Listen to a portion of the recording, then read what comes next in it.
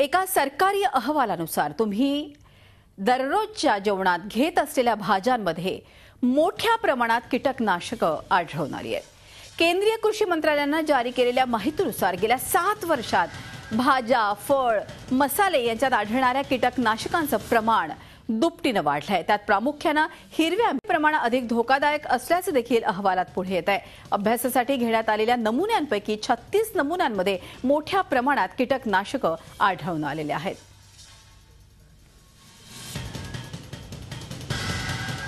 एकूणच या संदर्भात अधिक चर्चा करण्यासाठी थेट नागपूरला जाऊयात। आपल्याबरोबर आहेत डॉक्टर गिरीश सरडे। सरडे सर, झी24 तासमध्ये आपलं स्वागत। अतिशय महत्त्वपूर्ण बातमी आहे ही। आपण बघतो अगदी दैनंदिन जीवनात मिरच्या असतील, भाज्या असतील, या प्रत्येकाला लागत असतात आणि जर का कीटकनाशकांचं प्रमाण एवढ्या मोठ्या प्रमाणात वाढत असेल ते खरोखरच आरोग्याला योग्य असं नाही। खरोखरच काय एकूणच याचे परिणाम होऊ शकतात?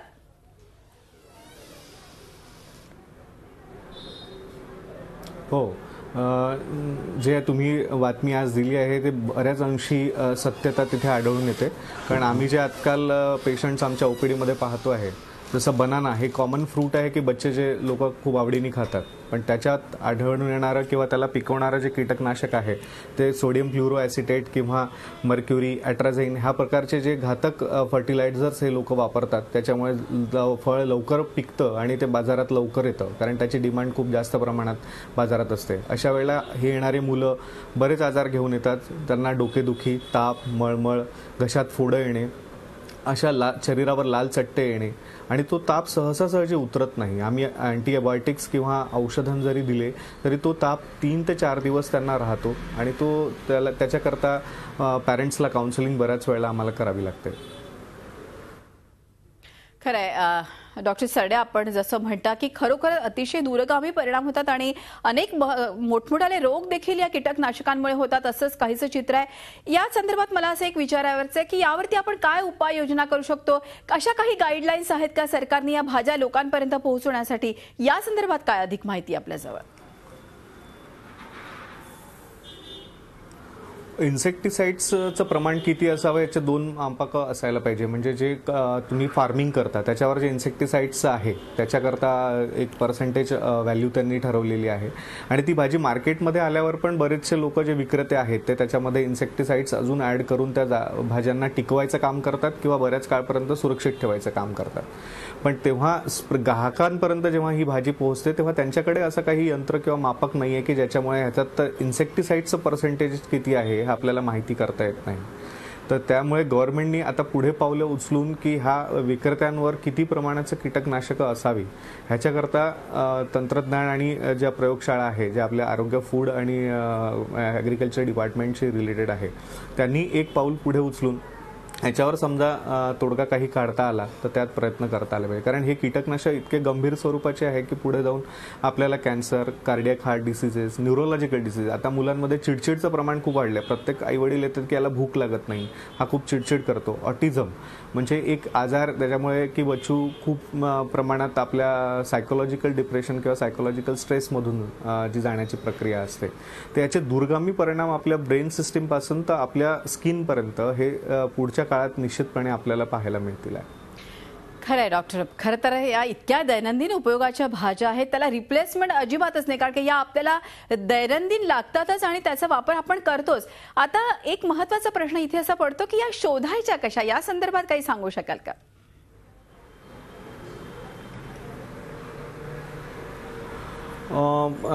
मला असं वाटतं की साधारण आपण मार्केटमध्ये गेल्यावर जे तुम्हाला टवटवीत दिसणाऱ्या भाज्या असतात, मोस्टली खूप अतिशय हिरव्या कंच दिसणाऱ्या भाज्या, त्याच्यावर छोटे छोटे काळे डाग मला दिसून येतील, स्पॉट्स। इन्सेक्टिसाइड्स जेव्हा आपण फवारणी करतो, साधारण तुम्ही कधी शेतीत जाऊन बघितलं असेल तर त्याच्यावर एक ठराविक असा थर किंवा जे शायनी लेअर असते ती तुम्हाला दिसून येते। तर ती समजा तुम्ही भाज्या घेताना प्रत्यक्षात पाहिलं किंवा त्या तुम्हाला आढळल्या तर तेव्हाच तुम्हाला हे कळेल। पण ह्याला कारण ह्या मोठ्या प्रमाणात जेव्हा होतं तेव्हा मार्केटमध्ये सगळेच जण याचा वापर करतात, म्हणून एक जर दुकान सोडलं आणि दुसऱ्या दुकानात तुम्हाला हे अशीच भाजी आढळली तर त्याला उपाय काय हा खरंच मोठा प्रश्न सामान्य नागरिकांसमोर आहे.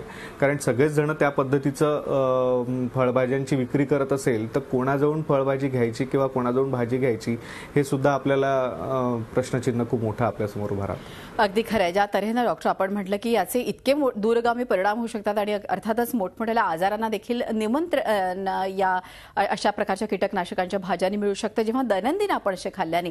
मात्र जर का आज भाजी खाल्ली आणि खरोखरच त्याचा परिणाम आज आपल्याला जाणवतो आहे तर अशा वेळेस एखाद्याने काय उपाययोजना तात्पुरती करायला हवी?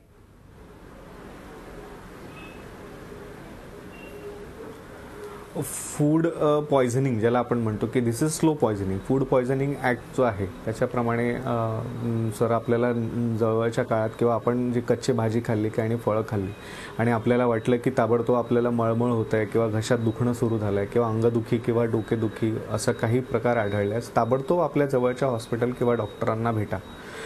काल परवाच एक बच्चू आलं की त्यांनी ऑल ऑफ अ सडन काहीतरी ते फळ खाल्लं आणि त्याला पूर्ण अंगावर पुरळ आणि खाजवणं सुरू झालं. तर ह्या अशा प्रकारच्या सिव्हिअर अर्टिकॅरियाच्या रिॲक्शन्स किंवा रॅश ज्या येऊन राहिलेल्या आहेत त्याला कोणतंच कारण नाही आहे. आपल्याला वाटतं की याला काही किडा चावला असेल किंवा अजून काही यांनी खाल्लं असेल, पण सेम ह्याच आईला जेव्हा डीप हिस्ट्री विचारली तेव्हा त्याच्याकडनं आपल्याला कळालं की ह्या भाज्यांचा काहीचा प्रभाव आहे की ज्यांनी कच्चं फळ खाल्लं आणि ह्याच्यामुळे त्याला त्रास जाणवायला लागला. तर याच्यामध्ये सिव्हिअरिटी समजा आपण लक्षात घेतली आणि लवकर डॉक्टरांपर्यंत आपण पोहोचून उपचार नाही घेतला तर कधी कधी हे लाईफ थ्रेटनिंग पण होऊ शकतं.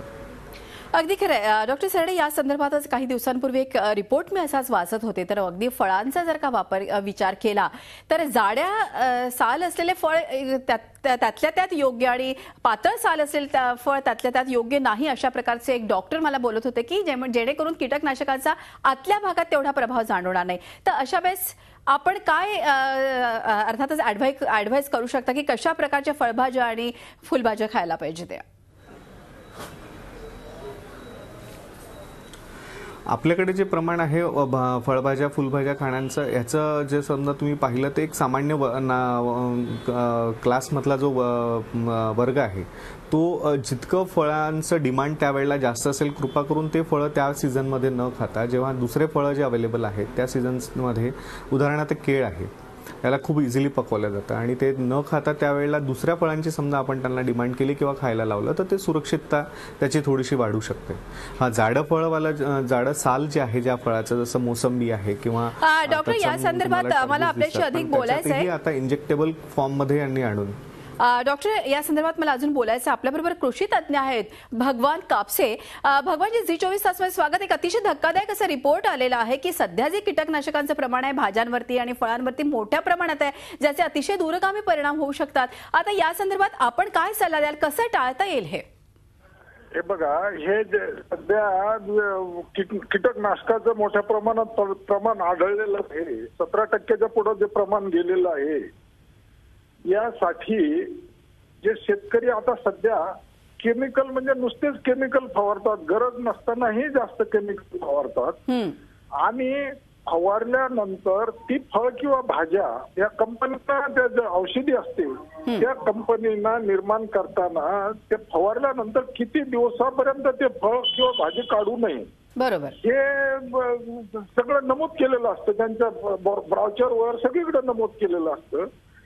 हे शेतकऱ्यांना आपण अतिशय काळजीपूर्वक पटवून देणं गरजेचं आहे.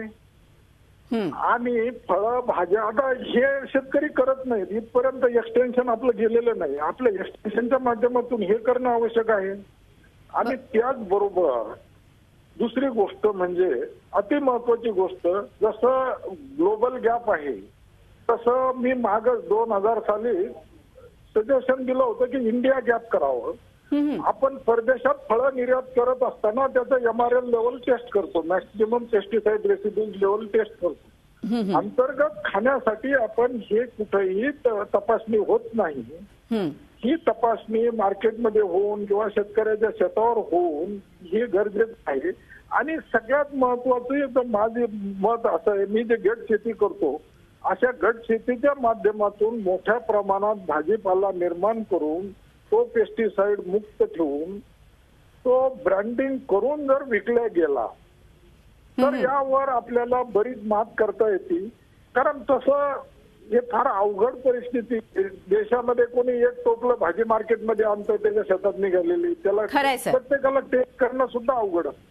धन्यवाद आमच्याशी बोलल्याबद्दल आणि इतकी महत्त्वपूर्ण माहिती दिल्याबद्दल. त्याचबरोबर डॉक्टर गिरीश सरडे हे देखील आपल्याबरोबर होते नागपूरहून. गिरीशजी, तुमचे देखील मनपूर्वक धन्यवाद. तर एकूणच आपण बघतोय की दैनंदिन या भाज्या आहेत की ज्या रोजच्या वापरात रोजच्या जेवणात आहेत, त्याला कुठल्याही प्रकारची रिप्लेसमेंट नाही. अशा वेळेस सरकारनं अतिशय स्ट्रिक्ट रूल्स, स्ट्रिक्ट गाईडलाईन्स तयार करणं अतिशय गरजेचं आहे.